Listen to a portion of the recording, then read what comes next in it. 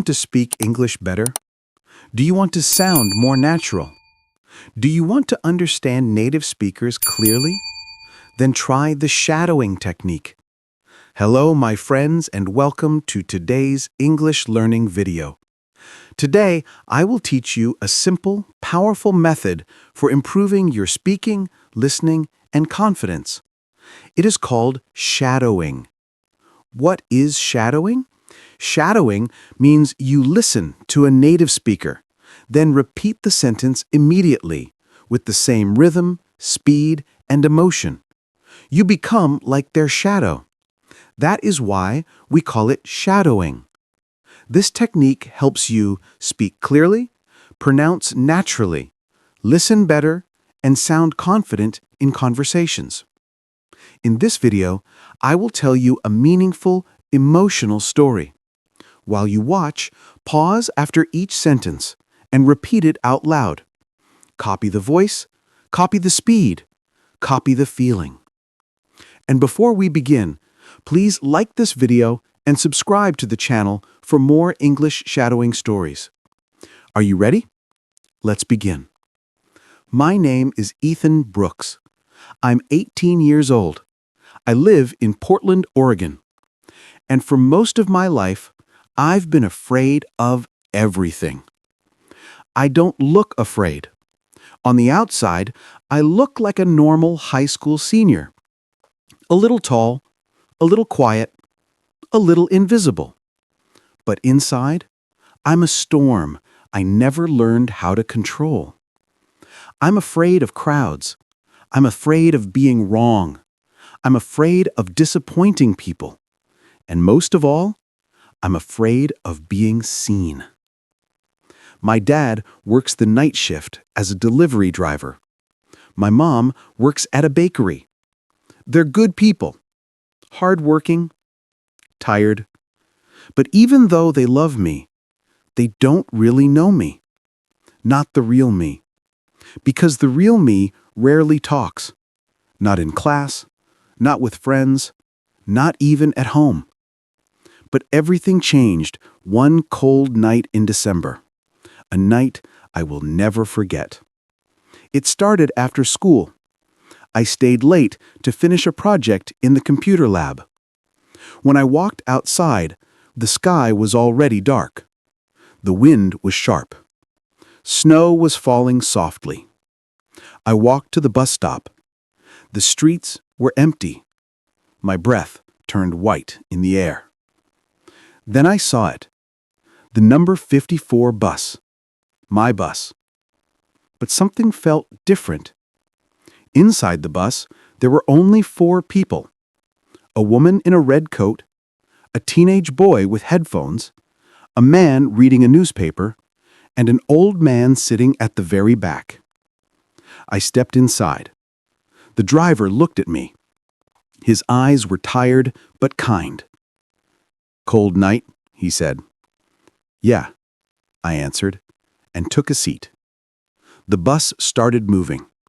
The snow kept falling. Everything was quiet. Then, after a few minutes, I noticed something strange. The old man at the back was staring at me. Not in a scary way, but like he knew me. Like he was waiting for something. I looked away. But a moment later, I felt it again. His eyes, watching. When the bus turned onto a long, empty road, he suddenly stood up. He walked slowly toward me, step by step, careful, steady. My heart jumped. What did he want? Why me? Why now? He stopped right in front of my seat.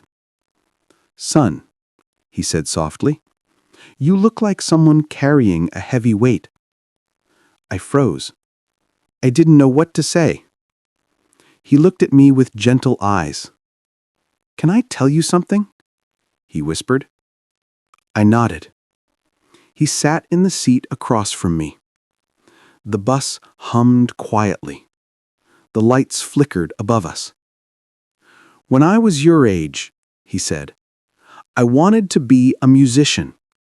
But I was scared. Scared of failing. Scared of people laughing at me. So I kept quiet. I kept small. I kept hiding. He paused. His voice grew softer. And because I stayed small, my life stayed small too. I swallowed hard. His words felt too close, like he was reading my heart. He leaned forward. Listen to me, son. Fear doesn't disappear, but courage grows when you stop running from it. I felt something in my chest, something tight, something familiar. He continued, You think you're protecting yourself by staying quiet, but really, you're locking yourself in. My throat felt warm. My eyes burned. How did you know? I asked. He smiled gently. I see the way you sit, the way you shrink, the way you don't take up space. I used to sit like that too. He took a deep breath. But you still have time. You're young. You can still change your story. I looked down at my hands. They were shaking. What if I fail? I whispered. He smiled. You will, he said. Everyone fails. But failure doesn't kill you. Fear does. The bus suddenly hit a bump. Lights flashed outside. Snow swirled like white smoke. The driver called out, Forest Avenue, 2 minutes. That was my stop. Almost home. The old man stood up slowly. When you get off this bus, he said, do one thing for me. What? I asked. Do something brave. Something small. Something that belongs to you. I nodded, but inside, I still wasn't sure. The bus stopped. The doors opened. Cold air rushed in. I stepped down onto the snow. When I turned around, the bus was already pulling away, and the old man was gone. That night, I lay in bed, thinking of his words. Do something brave, something small, something that belongs to you. I closed my eyes, and I knew what I had to do. The next morning, I woke up early. My hands were shaking. My stomach was tight. At school, my English teacher asked a question, and before I could stop myself, my hand went up. My voice cracked. My face burned. My heart raced. But I spoke. Just one sentence, but it was mine. My teacher smiled. Good job, Ethan. It felt like a tiny flame inside my chest. Warm, bright, alive. The next day, I raised my hand again. And the next. And the next. Slowly, I wasn't invisible anymore. 1 week later, I auditioned for a small speaking role in the school play. Just a few lines. Nothing big. But it was brave. And it was mine. When the cast list came out, my name was on it. I ran all the way home, breathless, laughing. That night, I whispered into the cold winter air. I did it! And in my mind, I could almost hear the old man from the bus say, You changed your story. Today, I'm not fearless. No one is. But I'm braver than I used to be. Stronger than I used to be. More alive than I used to be. And it all started on one snowy night, on one quiet bus, with one stranger who saw me when I couldn't see myself. Now it's your turn.